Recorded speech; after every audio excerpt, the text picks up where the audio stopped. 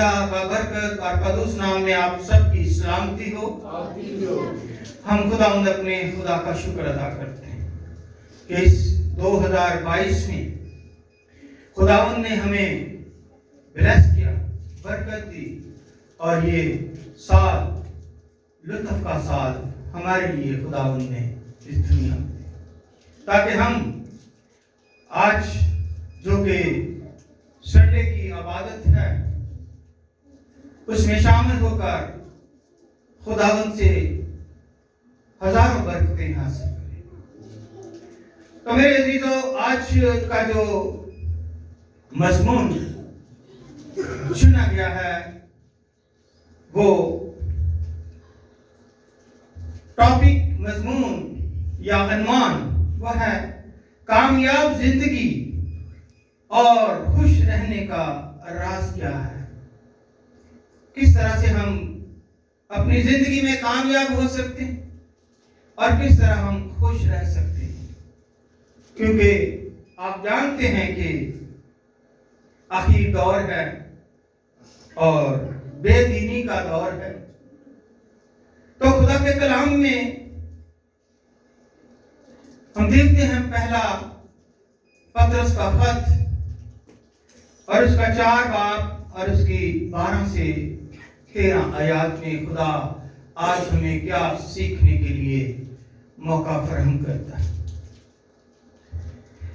मेरे अजीजों, खुदा के जिंदा कलाम में यूं मरकूम है 4 बाब की 12 आयत, पहला पतरस, ऐ प्यारो, जो मुसीबत की आग तुम्हारी आजमाइश के लिए तुम में भड़की है, यह समझकर उससे तज्जुब न करो कि यह एक अनोखी बात हम पर वाक़या हुई है, बल्कि मसीह के दुखों में जूझूं शरीक हो खुशी करो, ताकि उसके जलाल के हजूर के वक़्त भी नहायत खुश हो खुरम हो। कलाम के पढ़े, सुने और कबूल किए जाने पर खुदावंद हम सबको बड़ी बरकत तशरीफ रखिएगा। आज हम देखते हैं कि चंद सालों से मुश्किलात हर इंसान पर, कभी कोई बीमारी आ गई, कभी कोई तकलीफ आ गई, कभी कोई गम आ गया, कभी कोई परेशानी आ गई, जिसकी वजह से और कई दफा हम मुख्तलिफ बीमारियों में, टेंशन में, डिप्रेशन में घर बैठे बैठे ही हो जाते। लेकिन मैं आज आपको एक खास बात बताना चाहता हूं कि कामयाब जिंदगी और खुश रहने का राज जो है वो हमारा पास जो अनमोल किताब है, खुदावंद यीशु मसीह इसमें फरमाते हैं कि मैं तुम्हारे साथ, मैंने तुम्हें अपने कीमती खून से खरीदा है, मैंने तुम्हारे लिए सलीब पर जान दी है, इसलिए तुम परेशान ना हो। और एक और बात, जब हम मसीह में हैं और सादुक और अमीन या रास्तबाज कहलाते हैं, तो फिर कलाम खुदा ये फरमाता है कि हमें नजर नहीं आते, लेकिन हमारे इर्द गिर्द जो है हमारी हिफाजत के लिए, हमारी हर तरह से निगहबानी करने के लिए खुदा ने अपने फरिश्तों को मुकर्रर कर रखा। लेकिन यह हकीकत है, जो चीज नजर नहीं आती। हम कहते हैं कि हमारा ईमान है कि खुदा का कलाम फरमाता है, जहां 2 या 3 मेरे नाम से जमा है, वहां पर खुदावंद यीशु मसीह मौजूद है। किसी को नजर आया? लेकिन यह हकीकत है, यही हमारा ईमान है और इसी तरह ये जो हमारी निगरानी और हिफाजत करते हैं, खुदा के फरिश्ते खुदा के हुक्म में रहते हुए वो अपने बंदों को संभालते हैं, इन परेशानियों से, इन मुसीबतों से, इन दुखों से राहत देते, आने नहीं देते। अगर कोई वक्ती तौर पर आजमाइश में आ जाता है तो खुदा उनको उस आजमाइश से निकालने के बहुत सारे राज और तरीके बताता है। मिसाल के तौर पर मगर आपसे ये कहूं कि हम मिसाल किसी होटल में गए हैं चाय पीने के लिए, या किसी घर में दावत किसी ने की है तो चाय रखी है, चाय पीने के लिए हम बैठे हुए हैं, लेकिन आपस में बातें करते तो चाय क्या है, ठंडी होगी हल्की सी, लेकिन ठंडी जब चाय हो जाती तो उसके ऊपर क्या होता है, एक मलाई आ जाती है जी, एक मलाई आ गई तो क्या वो चाय खराब हो गई? क्या करेंगे आप? उस मलाई को थोड़ा सा साइड पे कर देंगे, फूंक मारकर, या किसी चीज से या उंगली से तो या चम्मच से, तो क्या करेंगे? उस चाय को आप नोच फरमा लेंगे, पी लेंगे। और अगर उसमें मक्खी गिर जाए तो क्या करेंगे? क्या करेंगे जी? फेंक देंगे। अगर इसी तरह देसी घी हो, उसमें मक्खी गिर जाए या बाल आ जाए बीच में, तो फिर क्या करेंगे? ये है हमारा सोच, हमारा ख्याल कि हम उस बाल को निकाल देंगे या उस मक्खी को निकाल कर उस जो है घी है, देसी घी है, उसको इस्तेमाल करेंगे। मेरे अजीजों, कभी भी आप जिंदगी में ये ना कहें कि हम आजमाइश में नहीं आएंगे या परेशानी में नहीं आएंगे, क्योंकि जब आप सफर में जाते हैं, तो ये कभी भी ना समझे कि जी मैं घर से निकला हूं और मंजिल तक पहुंचने तक मुझे रास्ते में सब्ज लाइट मिलेगी, किसी जगह पर सुर्ख लाइट मेरा रास्ता नहीं रोकेगी। ऐसा हरगिज नहीं, क्योंकि जब हम घर से निकलते हैं तो रास्ते में कई रुकावटें आ जाती हैं, ट्रैफिक की रुकावट आ जाती है, सिग्नल की रुकावट आ जाती है, सुर्ख बत्ती आ जाती है, जहां पर हमें खड़ा होना ठहरना पड़ता है। तो जब हम उस सुर्ख बत्ती को देखते हुए क्रॉस कर लेंगे तो क्या होगा?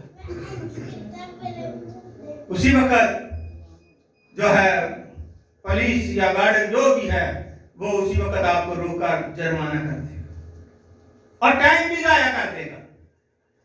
पता नहीं वो आधा घंटा आपको खड़ा रखे या कितना, लेकिन आपने उसको उस इशारे को तोड़ा।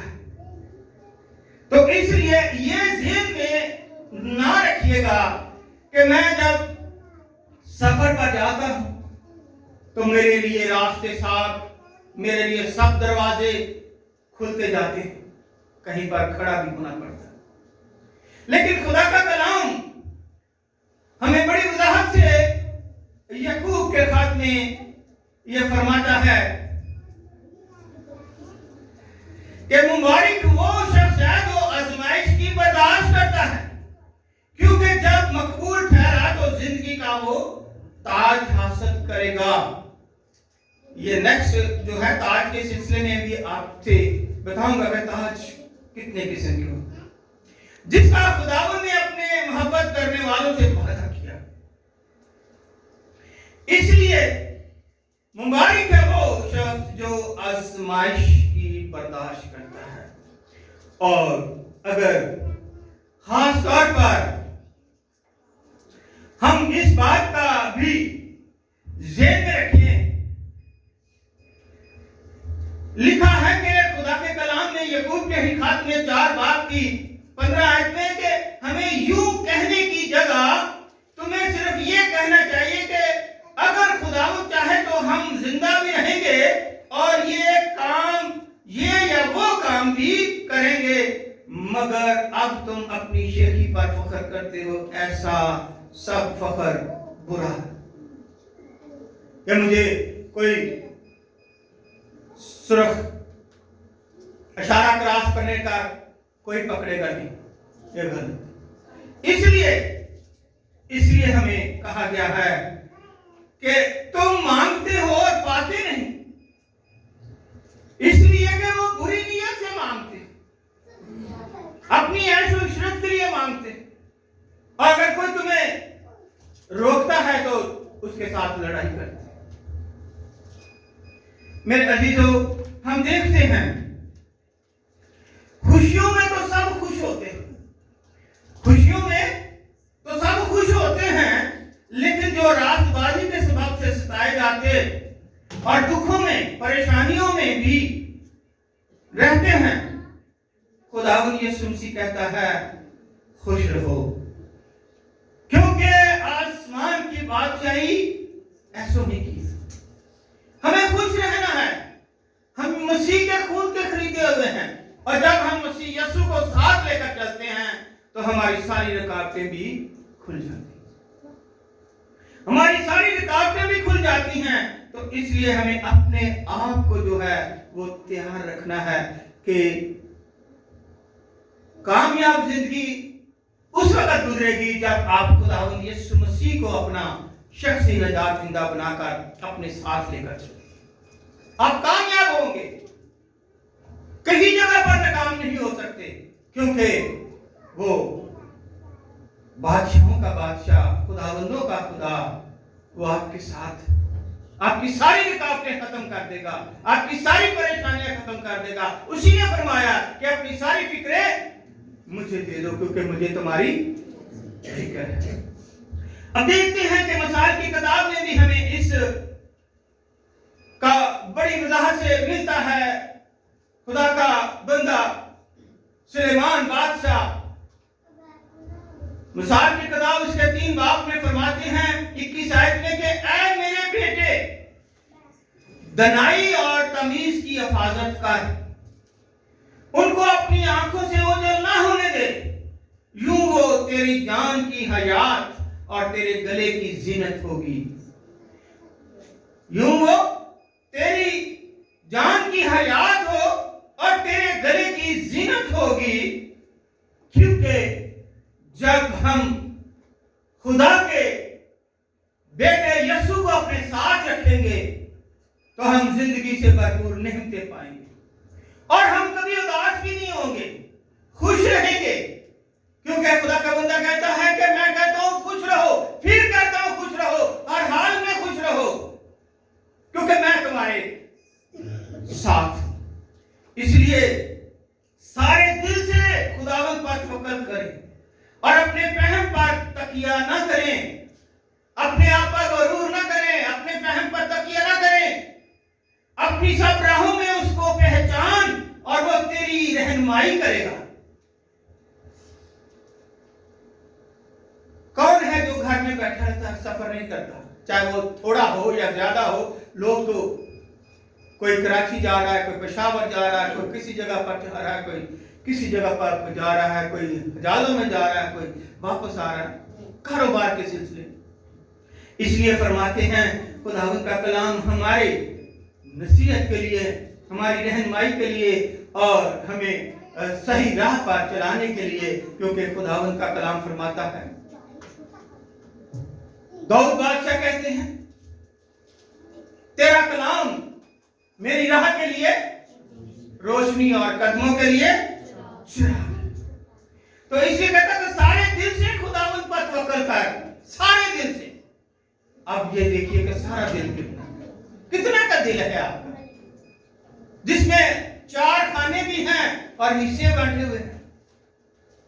सारे दिल से खुदावंद पर तवक्कुल कर, अपने फहम पर तकिया ना कर, अपनी सोच और अपनी अकल और अपने ज़हन पर तकिया ना कर, अपनी सब राहों में उसको पहचान जिसने तुझे जिंदा किया है, जिंदगी दी है, जिंदगी से भरपूर नेमतें दी हैं और हर तरह से तेरी निगहबानी और हिफाजत करता है, और तेरे इर्द गिर्द खुदा अपने फरिश्तों को भेजकर खैमाजान रहता है कि ये मेरा बंदा है, इसकी हिफाजत करो।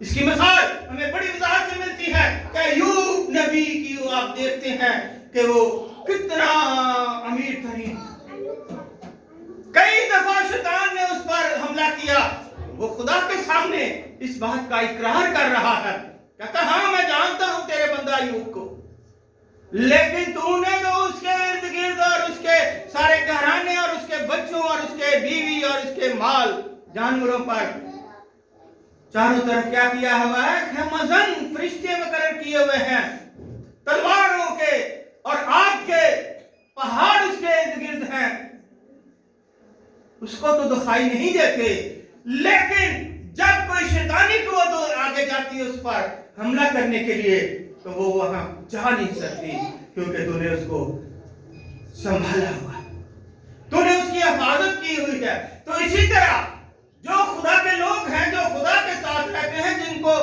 खुदा पर तवक्कल है, जो दिल से खुदा पर ईमान लाते हैं कि यही हमारा मुनज्जी, शाफी और हमारा निजात जिंदा है, हम इसके बगैर कुछ नहीं, ये जान जाती है तो जाए, पर हमारा ईमान यीशु मसीह से हरगिज़ ना जाए। तो जब ये हम कह देते हैं तो हमारा तवक्कुल, हम पूरे दिल से उस पर ईमान लाते हैं, और यही पूरा दिल जो है वो फरमाता है कि अपने फहम पर, अपनी अकल पर तकिया न कर, गरूर न कर कि मैं ये करूंगा, मैं वो करूंगा। अगर आप खुदावंद यीशु मसीह को साथ लेकर चलते हैं, इसलिए मेरे अजीजों, मैं वहां परसों भी बता रहा था कलाम में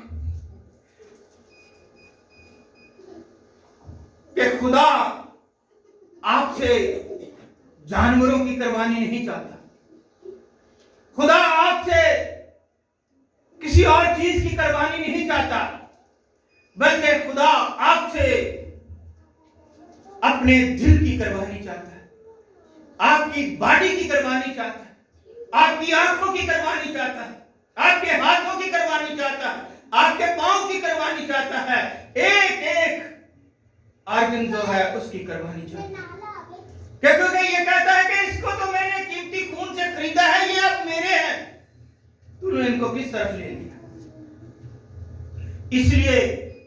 इसलिए हमें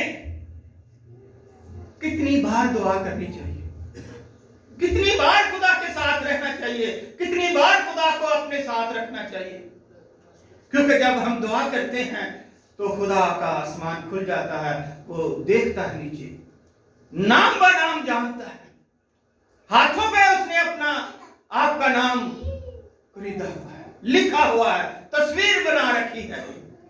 तो वो मुसलमान 5 बार एक दिन में दुआ करते। कलाम खुदा फरमाता है कि दाऊद बादशाह 7 बार दिन में दुआ करता था, दानियल 3 बार दुआ करता था, यहूदी 5 बार दुआ करते। आप कितनी बार दुआ करते? किसी एक मुसलमान पे बैठा थे तो बात कर रहे थे दुआ के हवाले से, सुबह उठा नहीं, असर को पसर गया, शाम को सो गया, तो दुआ का कौन सा वक्त है? बहुत सारे आगे, लेकिन मैं सिर्फ आपको यह बताना चाहता हूं कि हम लापरवाही करते हैं, सुबह को उठते नहीं हैं, असर को पसर जाते हैं, शाम को सो जाते हैं, तो दुआ कब करें? हमें भी 5 दफा दुआ करने का खुदा ने कलाम मुकद्दस में फरमाया, हुक्म दिया हुआ है। क्या हम इस हुक्म को मानते हैं, पूरा करते हैं? कैसे? हमें कितनी दफा दुआ करनी चाहिए? कितनी दफा दुआ करनी चाहिए जी? अभी मैंने बताया है 5 दफा दुआ करनी चाहिए। कैसे? और रात को सोने से पहले दुआ करें, सुबह उठकर दुआ करें। आप दिन में 3 दफा खाना खाते हैं, उस खाने पर दुआ 3 दफा करनी है, तो कितनी दफा हो गई? 5 दफा हो गई। इसलिए आप 5 दफा दुआ करेंगे, खुदावंद यीशु मसीह को वेलकम करेंगे, खुदावंद आ हमारे साथ इस खाने में शरीक हो। जिस तरह तूने 5 रोटियों और 2 मछलियों को बरकत दी, इस खाने को भी बरकत, खाए कुव्वत हासिल करे, जिन्होंने तैयार किया है उनको भी बरकत दे, और जिस घर से दिया गया है उसके लिए अपना आसमान खोल, क्योंकि वो सारपात की बेवा, उसके पास कुछ नहीं था। जब दुआ की गई और खुदा के खादम को, मर्द खुदा को वो खुराक दी गई, तो उसने कहा जाओ मिट्टी में से जाकर निकाल कर तू भी पका कर खा। वो सारे रिश्तेदारों को ले आई और जितनी देर तक काल रहा, क्या हुआ ना, मट्टी से आटा ना कुप्पी से तेल खा, क्योंकि वो खुश और कामयाब हो गई। खुशी का राज ये है कि उसने कहा मैं मर तो जाना ही, तो क्यों ना मैं अपने खुदा के मर्द खुदा को जो है इसको दे दूं, क्योंकि उसने मुझसे मांगा। मेरे अजीजों, हम जानते हैं कि इस बेदीनी के दौर में, दुखों में, मुसीबतों में, मुश्किलात में कोई ना कोई हर रोज एक अच्छी खबर होती है तो 2 बुरी खबरें भी आती हैं। लेकिन खुदा हमें फरमाता है कि जो मेरा बंदा है, जो रास्तबाज है, जो मेरे हुक्म पर अमल करता है, उसके दाहिने हाथ में उम्र की दराजी है। मिसाल की ही किताब 3 बाब में लिखा है 16 आयत में कि उसके दाहिने हाथ में उम्र की दराजी है और उसके बाएं हाथ में दौलत और इज्जत है। उसकी राहें खुशगवार राहें हैं। उसकी राहें क्या है? खुशगवार राहें हैं, और खुशगवार जिंदगी उसी को मिलती है जो यीशु मसीह को साथ लेगा। क्योंकि यीशु मसीह ने कहा घबराओ ना, परेशान ना हो, तुम खुदा पर भरोसा रखते हो, मुझ पर भी भरोसा रखो, इत्मीनान रखो, मैं हमेशा तुम्हारे साथ। लेकिन हम उसको साथ लेकर नहीं चलते, बल्कि हम तो बातों बातों में खुदा कर भूल जाते हैं। वो अगर खड़ा है तो खड़ा ही, क्योंकि हमें नजर नहीं आता। और यह हकीकत कि वो हमारे साथ है, हमें बचाता है, हमारी हिफाजत करता है। तो इसलिए मेरे अजीजों, मेरे प्यारे बहन भाइयों, कामयाब जिंदगी का राज हर किसी शख्स पर ये कॉल है कि जिंदगी में वो परेशान ना, अपनी परेशानियां यीशु पर डाले और यीशु उसकी सारी परेशानियों को खुशी में बदल देगा। क्योंकि यीशु मसीह जो है वो कल, आज, बल्कि अब तक यकसा खुदा है। और इसीलिए उसने भी कहा है, काम करो या कलाम करो, जो कुछ करते हो वो सब खुदावंद यीशु मसीह के नाम से करो, और उसी के वसीले से खुदा बाप का शुक्र अदा करो। और जलाल रह करना है हमने, तो उस हमेशा की बात। आज के कलाम के वसीले से खुदावंद आप सबको बड़ी